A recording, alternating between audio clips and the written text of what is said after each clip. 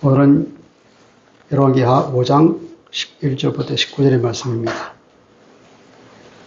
우리는 구약을 읽으면서 역사에서 많은 것을 배우죠. 역사라고 하는 것은 우리에게 배우라고 써놓은 이야기입니다. 역사뿐 아니라 모든 구약에 있는 사실들이 다 우리에게 교훈으로 주기 위해서 쓰였다고 사도 바울은 우리에게 말하고 있습니다. 오늘은 우리가 이 구약의 말씀에서 뭘 배울까요? 인간의 원죄의 뿌리가 뭐라고 생각하십니까? 그건 바로 교만일 것입니다. 우리는 늘 자기 중심성을 가집니다. 늘 하는 얘기가 내가 그러죠. 항상 자기를 최우선으로 세우고 자기가 높아지기를 바랍니다.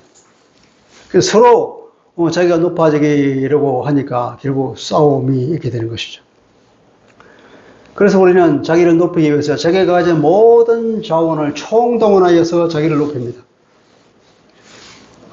제가 군대 갔더니 군대 가니까 가가리라고 하는 말이 있더라고요. 가가리라고 하는 말이 뭐냐면 지금 우리가 말하는 갑질이라고 하는 얘기인데 자기가 가진 조그만 그 권력을 최대한으로 행사해서 남을 힘들게 하는 것을 가가리라고 하는 거예요. 우리는 보면 자기가 가진 권력을 자기가 가진 권한을 어떻게 행사하느냐 당연히 권한을 행사해야 되는 경우에 안 해요. 그러면서 그 상대방을 힘들게 합니다. 또 어떤 경우에는 자기가 권리를 행사하지 말아야 할 곳에 권리를 행사합니다. 그러니까 특혜를 주는 거죠.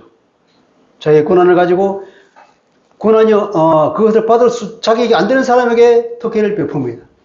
그에게 돈을 받고 당연히 해줘야 할 곳에 안 해줍니다. 그것이 뭐냐면 자기 중심적을 최대로 끌어올리는 방법이죠. 그게 갑질이라는 거예요. 대표적인 갑질이 뭡니까? 우리나라 검찰 같은 사람들. 당연히 구속하고 기소해야 될 것을 안 해요. 봐주는 거예요. 그러면 얼마나 큰 칭찬을 받고 돈을 받을 수 있겠습니까? 또 당연히 놔줘야 될 사람을 억지로 수사합니다. 구속합니다. 재판에 갑니다. 완전히 그 사람을 넉다운 시켜버리죠. 이처럼 큰 고난을 남용하는 경우가 없죠. 이렇듯이 모든 인간은 자기 중심, 자기를 최대를 높이기 위해서 이런 그게 뭐냐, 모든 뿌리의 그 교만인 거예요. 이 교만이라는 것은 그렇게 무서운 죄고 이 죄의 뿌리가 되는 거죠. 그래서 하나님께서는 교만한 자를 미워하신다고 해요.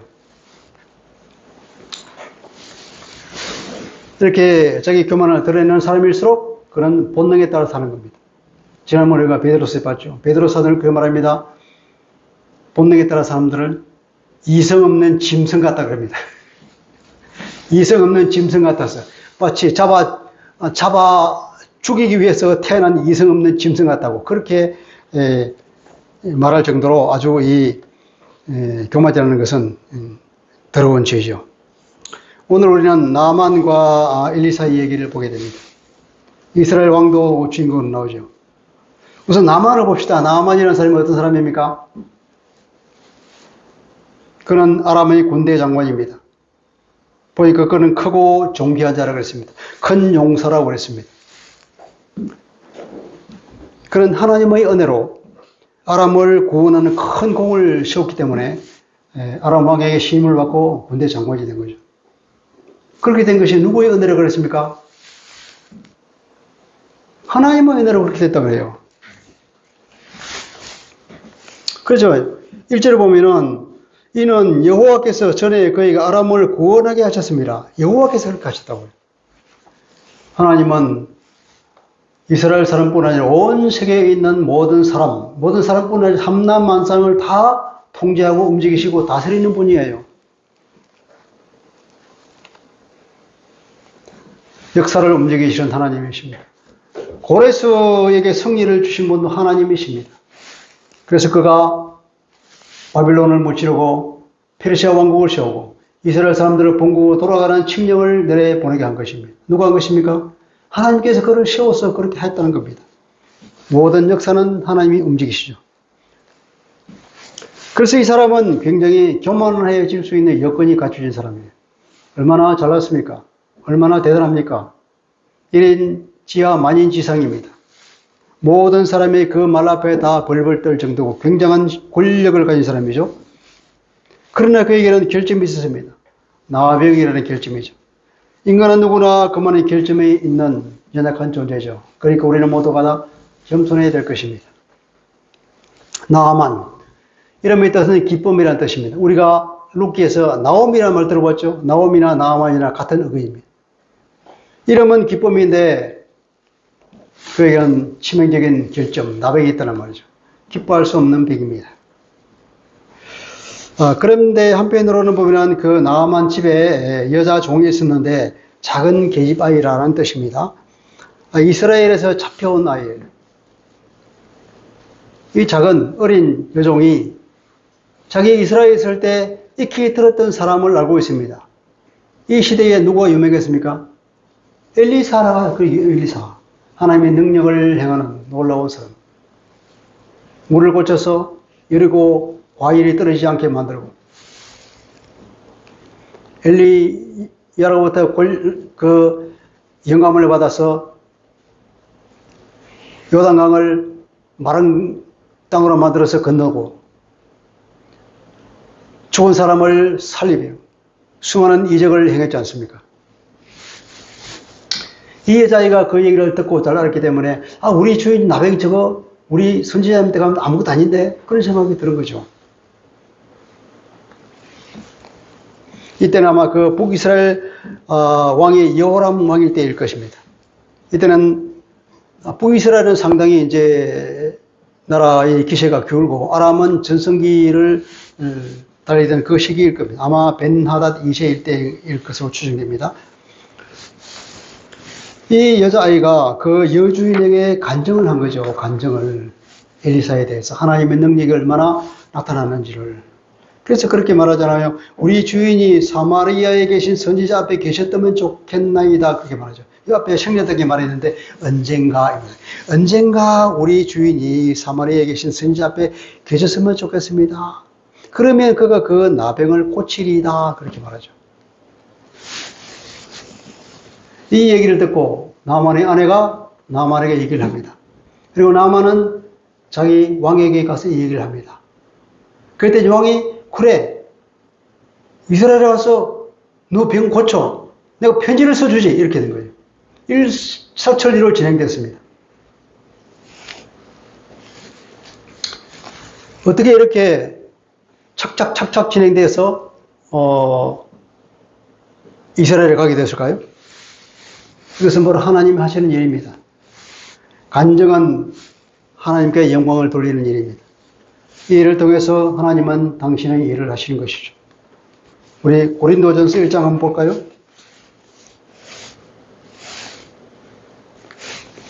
(1장) 27절 8절을 보면 이렇게 말하고 있습니다. 그러나 하나님께서 세상의 미련한 것들을 택하사 지혜 있는 자들을 부끄럽게 하려고 하시며 세상의 약한 것들을 택하사 강한 것들을 부끄럽게 하려 하시며 하나님께서 세상의 천한 것들과 멸시받은 것들과 없는 것들을 택하사 있는 것들을 폐하려 하시나니. 하나님의 인간은 교만해지는 것을 원치 않으셔서 오히려 약하고 무능하고 그리고 그 세상에 루즈라고 하는 사람들을 들어서셔서 하나님의 능력을 나타내신다 말이에요. 여러분 세상에서 뛰어나다고 생각하지 않는 분이 계십니까? 이제 안심하십시오. 하나님께서는 바로 그런 사람을 사용하셔서 하나님의 영광을 받으신다는 것이에요. 우리가 여기서 우리가 알 수 있는 것은 하나님은 이방을 포함한 온 우주를 다스리시는 분이라는 걸 알 수 있습니다. 우리 하나님은 당신의 계획을 그렇게 해서 완수하실 것입니다. 하나님의 계획은 무엇입니까? 하나님의 계획은 다른 어떤 것도 아니라 모든 인간을 구원하는 그 구원 계획이에요. 이게 바로 인간에 대한 하나님의 사랑을 말하고 있습니다. 하나님의 세상을 움직이는, 이 우주를 움직일 때 그 움직이는 방향이 뭐냐? 인간 구원이라니까요. 그래서 역사의 수레바퀴는 어디로 향하고 있습니까? 구원의 완성을 향해 가고 있습니다. 구원받게 될 사람에게는 영광이지만 심판받을 사람에게는 멸망의 방향이죠. 어쨌든 우리가 예수 안에 있는 우리들은 역사가 움직이는 방향은 분명히 구원의 완성으로 가기 때문에 우리는 안심하시기 바랍니다. 어떠한 역사가 일어나더라도 하나님이 주인이십니다. 우리를 사랑하시는 그분이 움직이시는 방향은 분명히 우리에게 영광이 있는 방향일 것입니다. 보잘것없는 한 어린 여종의 간증이 이렇게 대단한 위력을 발휘하고 있습니다. 하나님의 간증을 통해서 하나님은 그 영광을 받으시고 이를 통해서 일하십니다. 우리도 열심히 간증합시다. 자, 나만이 어떤 사람입니까? 그는 대단한 위세를 가진 사람입니다. 이제 왕의 조서를 지참하고 공적인 외교 사절로서 이스라엘로 들어갑니다. 6절 뭐라 그랬는데 그 사절이 뭐냐면은 자, 이스라엘 왕에게 그 글을 지나니 일렀으되 내가 내 신하 나만을 당신에게 보내오니 이 글이 당신에게 이르거든 당신은 그 나병을 고쳐 주소서 하는 그런 편지를 가지고 간단 말이에요. 외교 문서를 가지고 가는 거죠. 그러면서 많은 선물을 딸려 보냈습니다. 국가적인 행사니까 엄청난 돈이 들어가는 거죠. 얼마나 이 나라가 부자였냐면 나만을 보내면서 대단한 선물을 보냈는데 은 10달란트를 보냈습니다. 1달란트는 지금으로 치면 34kg 정도 된다고 해요. 10달란트는 340kg. 은이 340kg이에요. 금이 6,000개라고 했습니다. 6,000개라는 것은 금이 6,000세겔이라는 말이죠. 6,000세겔이다. 6,000세겔을 1세겔은 11.4g인데 곱해보니까 68.4kg입니다. 이것은 바로 2달란트에 해당되겠죠. 2달란트에 약합니다. 금이 10달란트, 은이 10달란트, 금이 2달란트, 그리고 의복이 10벌. 그 당시 옷이라는 것은 대단히 귀했기 때문에 옷 10벌이라면 그도 보통 옷이 아니라 화려한 옷이겠죠. 엄청나게 값비싼 것입니다. 자, 옷은 뭐 가격이 얼마나 하는지 모르지만 은이나 금은 지금 우리 시세가 있잖아요. 은 시세가 지금 내가 찾아보니까 13만 원, 14만 원 이렇게 한다고 그러더라고요. 금은 뭐 최근에 뭐 100만 원까지 갔잖아요. 근데 이건 70만 원 정도 합시다. 금이 70만 원이고 은이 13만 원, 13,000원이라면 은 10달란트면 9만 돈이 넘어요. 이걸 곱해보면 약 12억 원이 나옵니다. 금은 2달란트를 곱해보면 이것은 18,000돈이 넘어요. 70만 원만 하더라도 128억 원. 두 개 합하면 거의 150억에 이릅니다. 이 정도의 어마어마한 선물을 가지고 이스라엘 왕에게 찾아가는 거죠.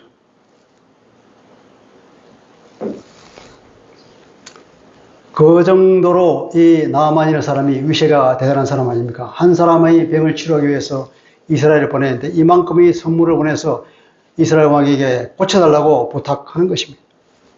그런데 정작 이스라엘 왕은 어떤 반응을 보일까요? 우리 7절에 봅시다.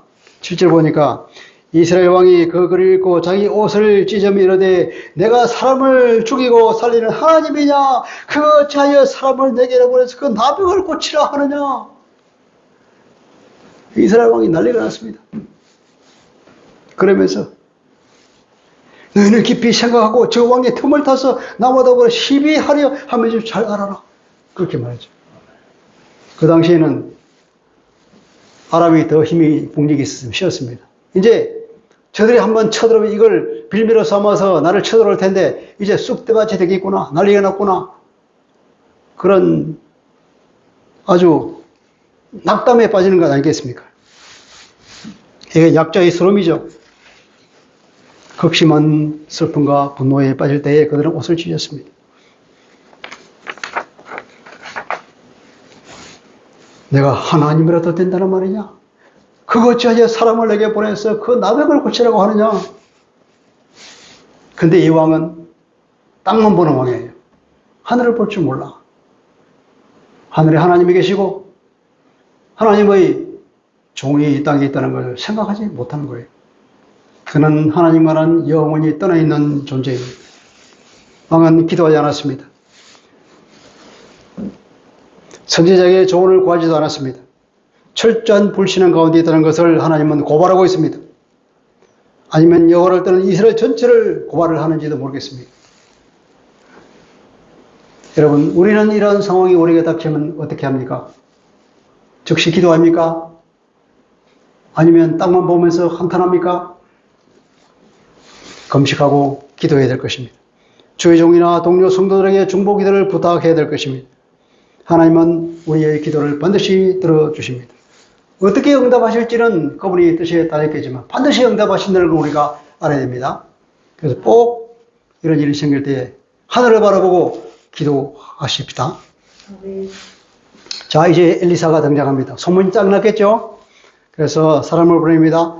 뭐라고 하냐? 왕이 어찌하여 옷을 찢었나이까? 믿음 없는 행동을 책망하는 하나님의 말씀이죠. 그 사람을 내게로 오게 하소서. 그가 이스라엘에 선지자가 있는 줄 알리이다. 그래서 이스라엘에 선지자가 있다는 것을 내가 보여주겠습니다. 이 말을 들어야 할 사람 정작 누굴까요? 제일 먼저 들어야 할 사람은 이스라엘 왕이란 말이죠. 이 여로보암 왕의 형이 누구냐면 아버지가 누구냐? 아합 왕이에요. 아합 왕이 죽고 그 아들 여호아하스가 왕이 됐는데 여호아하스가 곧 죽었습니다. 아들 없이 죽어서 여호아하스의 동생 요람이 왕이 된 거예요. 자기 형님 여호아하스 왕일 때 어떤 일이 있었냐? 열왕기 하 1장 2절에 보면 그가 다락에 떨어져서 병이 났거든요. 혹시 내가 죽을지도 모른다는 생각이 들었던가 봐요. 그래서 사자를 보내며 그들에게 이르되 가서 에그론의 신 바알세부백에 이 병이 낫겠나 물어보라 하니라. 그래서 3절에 보면 하나님이 이렇게 말씀하십니다. 이스라엘에 하나님이 없어서 너희가 에그론의 신 바알세부백에 물으러 가느냐? 너는 가서 그가 반드시 죽을 것이라고 말하라 이렇게 말합니다. 그래서 그가 죽었습니다. 하나님을 떠난 불신앙 가운데 있는 이스라엘 왕. 왕은 누구보다도 하나님의 말씀을 지키고 그 나라에 하나님의 왕국임을 선포해야 될 왕이 이렇게 하나님을 떠나서 캄캄한 어두운 가운데 불신앙 가운데 빠져 있는 걸 보게 돼요. 그 동생 똑같은 사람입니다. 그렇게 해서 왕이 엘리사에게 나아만을 보냈죠. 이제 나아만이 엘리사에게 갑니다. 9절에 보니까 나아만이 이의 말들과 병거들을 거느리고 이르러 엘리사의 집 문에 섰다 그랬습니다. 어떡합니까? 대단한 위세이죠. 여전히 위세가 등등합니다. 누구를 데려왔다고요? 말들과 병거들을 거느리고 대단한 무리를 그리고 엘리사의 문 앞에 딱 섰다는 거예요. 엘리사 문 앞에 섰다는 것이 엘리사를 만났다는 얘기가 없어요. 엘리사를 면회한 것이 아니라 사람을 보내서 메시지를 전했을 것입니다. 자, 그럼 비행기에 앉아있습니다. 말 위에 앉아있으면서 사람을 보내서, 야, 나와서 내 좀 치료해줘. 그런 뜻이었겠죠. 이렇게 교만한 나만에게 하나님께서 어떻게 반응하실까요? 똑같이 갚아주는 거죠. 엘리사가 얼굴도 안 내보입니다. 곱빼기도 안 보이면서 사람을 보내가지고 저기 요단강에 가서 7번 물 씻어. 그러면 깨끗하게 될 것이야. 끝이에요.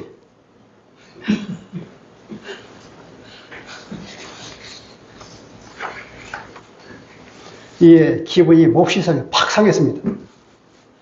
감히 나한테 이런 대접을? 내가 어떤 사람인데? 내가 누군데? 우리 모두 그랬잖아. 내가 누군데? 감히 나에게 나는 쇠도 떨어뜨리는 권세를 가진 나아만에게 내가 이런 대접을 받는다고? 기분이 상해서 돌아가려고 했죠. 나아만은 어떤 기도를 했을까요? 자기의 정치적, 사회적 지위와 권세에 맞는, 위상에 맞는 대접을 받았을 것입니다. 11절에 보면 이렇게 말합니다.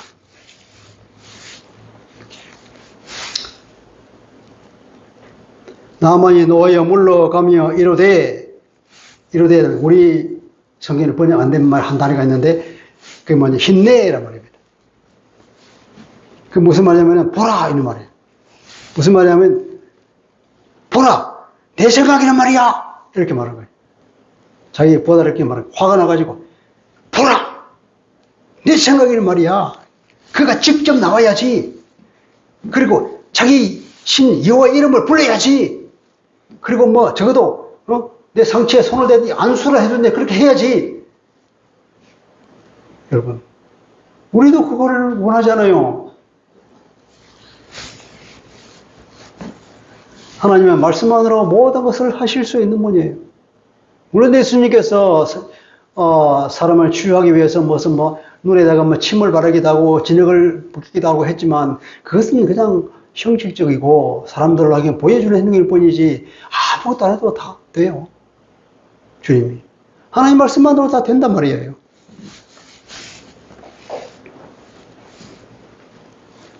너무나 쉬운 요구이기 때문에 오히려 그는 불신하겠던 겁니다. 7번 씻고 깨끗해져라? 너무 간단한 거잖아요. 너무 간단한 거. 뭔가 대단한 일을 자기한테 시켜야 될 것 같은데 아무것도 안 시키고 7번 씻으라고? 왜 이렇게 쉽고 간단합니까? 왜 그럴까요? 하나님은 전능하시기 때문에 그래요. 하나님이 전능하시기 때문에 우리에게는 간단하게 시킵니다. 우리가 구원받는 것도 그렇잖아요. 예수 믿고 구원받아. 너무 간단하죠. 사람들은 그걸 안 믿어요. 아이, 뭐야, 시시하게.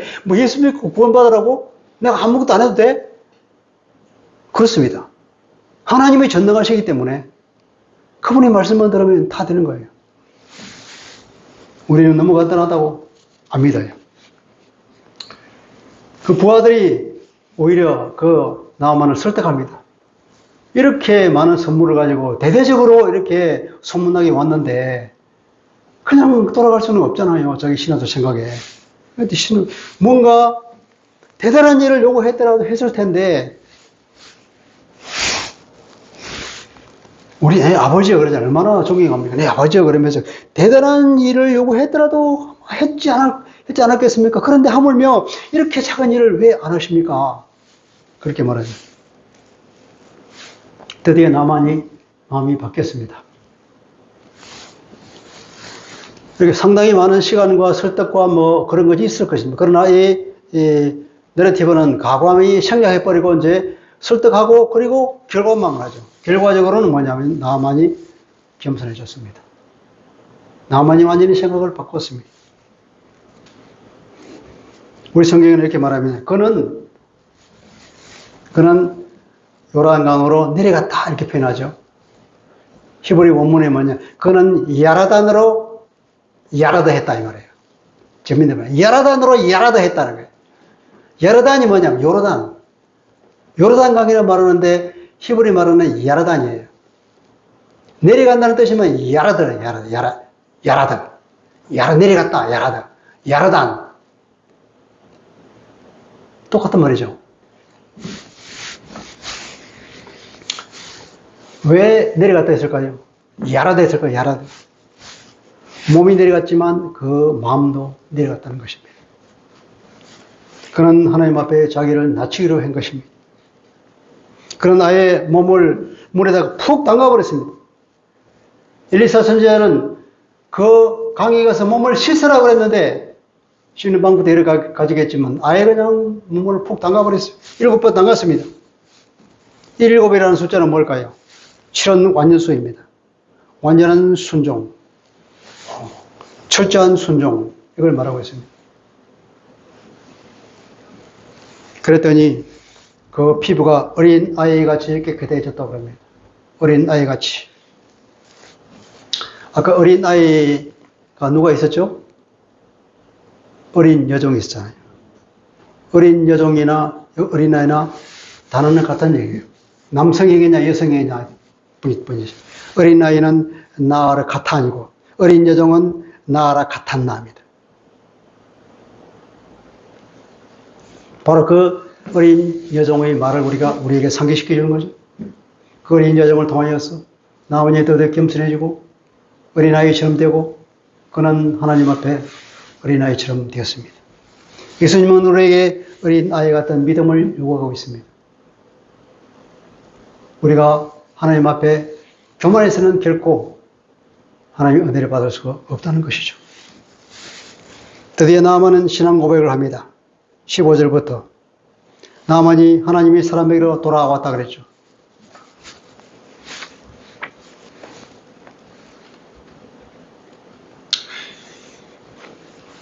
우리말 성경은 돌아와서 그랬지만 돌아왔다 뭐 이런 말도 되지만 그러나 원문은 돌아왔다. 돌아왔다는 말에 히브리 말로 슈버란 말이에요. 슈버. 이 슈버란 말은 뭐냐? 하나님께서 이스라엘아 내게 돌아와라 할 때 쓰는 그 말이 슈버예요. 회개한다 하고 말이니까 마음을 돌이켜 회개한다는 또 슈버란 말을 써요. 그가 하나님의 사람에게로 슈버했어요. 돌아왔어요. 다시 말하면 그는 하나님께로 돌아왔다는 것입니다. 그는 자기의 모든 위상을 내려놓고 하나님 앞으로 돌아와서 회개했다는 것입니다. 이제 하나님의 사람 앞에 와서 섰습니다. 섰다 그랬죠. 사람 앞에 섰습니다. 본문에 의하면 얼굴 앞에 섰습니다. 아까는 처음에는 어디 섰죠? 문 앞에 섰죠. 위시가등등해서 군대를 거느리고 병거에 앉아서 대문 앞에 섰지만 이제는 내려서 제발로 걸어서 아마 그 앞에 엎드렸을 것입니다. 엘리사의 얼굴 앞에 섰습니다. 그리고 말했습니다. 이때도 말하자면 우리말에 생각되는 힘내나 하는 말이 있습니다. 이때는 더 공손하게 힘내에서 더 공손한 말 힘내나를 붙이는 거예요. 보라 하는 말이에요. 보십시오. 그런 말이에요. 엘리사에게 자기가 어떻게 변했는지에 대해서 그렇게 말하죠. 신앙 고백을 이스라엘 외에는 하나님이 없다 고백합니다. 17절에 이제부터는 번제든 다른 제사든 오직 여호와께만 드리겠습니다. 그렇게 했죠. 그러면서 이제 받으소서 예물을 당신의 종에게서. 자기 자신을 어떻게 표현합니까? 이제는 위세등등하던 그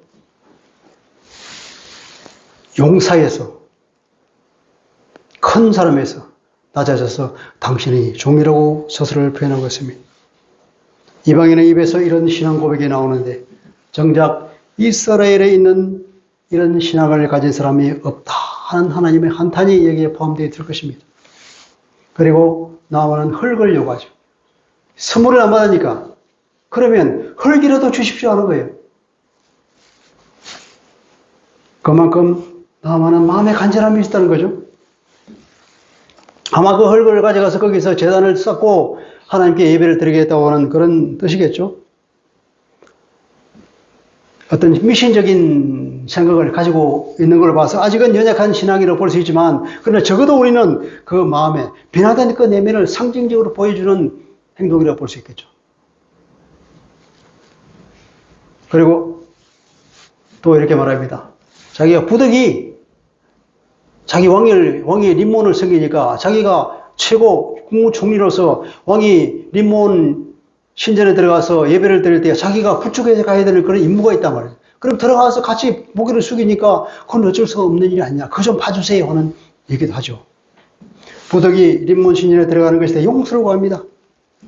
우리말에는 엘리사에게 하는 말로 되어 있지만 엘리사 하는 말이 아니라 신이 하나님께 기도하는 내용입니다. 한 가지 일을 바로 이 일. 내가 림몬 신전에 들어가서 우리 왕을 모시고 들어가서 함께 가야 되는데 그때 고개를 숙이더라도 그 일로 인해서 나를 책망하지 마시고 용서해 주실 것입니다. 원문을 번역하면 여호와께서 이 일에 대하여 당신의 종을 용서하실 것입니다. 그렇게 말하고 있습니다. 강곡한 그거는 뭡니까? 이게 강구를 하는 완곡어법이죠. 그러니까 용서하실 건데 용서하시겠죠? 이렇게 말합니다. 엘리사에게 말하는 거예요. 아마 하나님이 이 정도는 용서해 주시겠죠? 이런 말로 우리가 이해할 수 있겠죠? 그러니까 엘리사는 19절에 보면 평안히 가라 그랬습니다. 평안히 가라. 그런 것 염려하지 말고 그냥 평안히 가. 하나님이 이렇게 너그러우신 분입니다. 하나님은 우리의 심중을 보시기 때문에 그렇습니다. 그리고 엘리사가 예물을 강력히 거절했습니다. 150억이나 되는 엄청난 선물인데 안 받습니다. 하나도 안 받습니다. 옷 한 벌도 안 받았어요. 그것은 바로 하나님은 은혜를 고조 베푸시는 자비의 하나님, 은혜의 하나님이라는 것을 가르쳐 주기 위한 것입니다. 그날 언론에 많은 사역자들이 돈을 탐하고 있는 걸 보게 되죠. 안타까운 일입니다. 자, 이 이야기에서 우리는 뭘 배울까요? 나만이 교만했던 나만이 겸손해지고 은혜를 받았던 걸 우리가 기억해야 됩니다. 겸손은 하나님의 은혜의 문을 여는 열쇠입니다. 자기를 내려놓고 강바닥까지 그는 내려갔습니다. 나만이 겸손해져서 하나님 말씀에 순종하니까 순식간에 치유가 되었어요. 순종이 끝나기까지는 6번 물에서 올라올 때까지도 그는 치료되지 않았습니다. 아무런 기미도 보이지 않았습니다. 그러나 7번째 담갔다가 올라오는 순간 깨끗이 나왔습니다. 그는 이방인이라도 제한 없이 하나님의 은혜를 받았습니다. 여러분, 우리나라 초창기 기독교 역사에 서방 선교사들이 와서 전도할 그 시기에 전라도 김제의 조덕삼이라는 부자가 있었습니다. 그런 여러 사업을 통해 많은 돈을 모으고 주변에 있는 많은 땅을 사서 큰 대주주가 되었죠. 근데 그때 어떤 사람이 왔습니다. 그래서 그는 그 사회에 영향력이 컸던 사람인데 미국 남장록의 선교사 루이스 티터가 그때 전도를 했는데 그 사람의 전도, 그 사람이 참 성품이 좋았던 것 같아요. 그리고 늘 말을 가지고 이제 그 조덕삼 집에 그 막고간에 가서 말을 메고 쉬고 하고 가고 했다. 그래서 그걸 보고 그분에게 말씀을 듣고 그 가정에 예배를 드리기 시작했던 거예요. 그때 그 마부였던 이 자익이라는 사람도 참여했던 거예요. 이 자익은 어떤 사람이냐? 그는 김해 경남 남해 사람인데 어릴 때부터 조실부모였어요. 갈 데가 없어서 떠돌아다니다가 이 조덕삼의 집에 마부로 들어왔어요. 상당히 똑똑했는데 그 주인이 이제 이 조덕삼이 그와 함께 그 주변의 몇 사람과 함께 이 선교사의 말씀을 듣고 세례까지 받았죠. 세월이 좀 지났습니다. 1907년 금산교회가 상당히 사람이 많아졌어요. 장로를 뽑았어요. 투표를 했는데 조덕삼은 떨어지고 이 자익이 장로에 당첨됐습니다. 그러면 이 조덕삼이 얼마나 시기가 나겠습니까? 그런데 이 사람은 전혀 시시하거나 이 일을 신뢰하지 않았습니다. 오히려 대종교회에서 잘 됐다고 그렇게 말했습니다. 그리고 이 자익은 물론 3년 뒤에는 이 자익이 장로가 됐지만 그는 1910년부터 3년 뒤에 자기 장로가 될 그때부터 이 자익을 평양 신학교에 유학을 보냅니다. 자기 사비를 들여서. 그리고 목사 안수를 받고 나서는 그 교회 담임 목사로 초빙합니다. 이 자익이 열심히 사역할 그 후에는 대한예수교 장로회 총회장을 3번씩이나 하는 한국교회의 큰 일꾼으로 자랑을 보게 됩니다. 바로 이 조덕삼 장로의 이 겸손함, 그것이 이렇게 하나님께 영광이 된 거죠. 그러니까 한국교회가 세상에 던지는 빛이 된 것입니다. 겸손은 하나님의 말씀에 순종하는 것입니다. 나아만은 자신의 세상적인 영광을 내려놓았습니다. 나아만은 말씀에 순종해서 나병에 치유되는 기적을 맛보았습니다. 야고보서 4장 6절입니다. 하나님이 교만한 자를 물리치시고 겸손한 자에게 은혜를 주신다 하였느니라. 조덕삼 장로는 겸손을 통해서 하나님과 한국교회의 자랑거리가 되었습니다. 하나님께서는 여러분에게 어떤 순종을 요구하십니까? 기도하죠. 조신 아버지, 오늘 나만이 나병을 치유받는 이야기를 열왕기서에서 들었습니다. 하나님, 이 이야기를 우리에게 들려주신 하나님의 의도를 깨닫습니다. 나만은 이방인임에도 불구하고 하나님의 말씀에 순종하는 겸손함을 통하여서 놀라운 하나님의 은혜를 경험하였습니다. 그리고 그는 돌이키고 하나님의 자녀가 되는 놀라운 은혜를 맛보았습니다. 주님, 우리는 우리 주 예수 그리스도로 인하여서 하나님의 자녀가 되었습니다. 이제 우리는 무엇을 해야 할 것입니까? 우리 앞에 놓여있는 하나님의 말씀에 우리가 어떻게 순종하며 살아야 할 것인가를 나만을 생각하면서 주님을 생각합니다. 주님, 우리 하나님의 말씀에 더 잘 순종하고 우리 모든 교만을 내려놓고 하나님 앞에서 어린아이처럼 깨끗한 심령으로 하나님께 순종하는 사람 되기를 원합니다.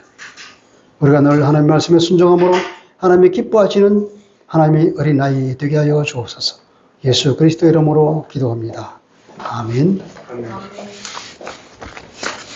찬양 210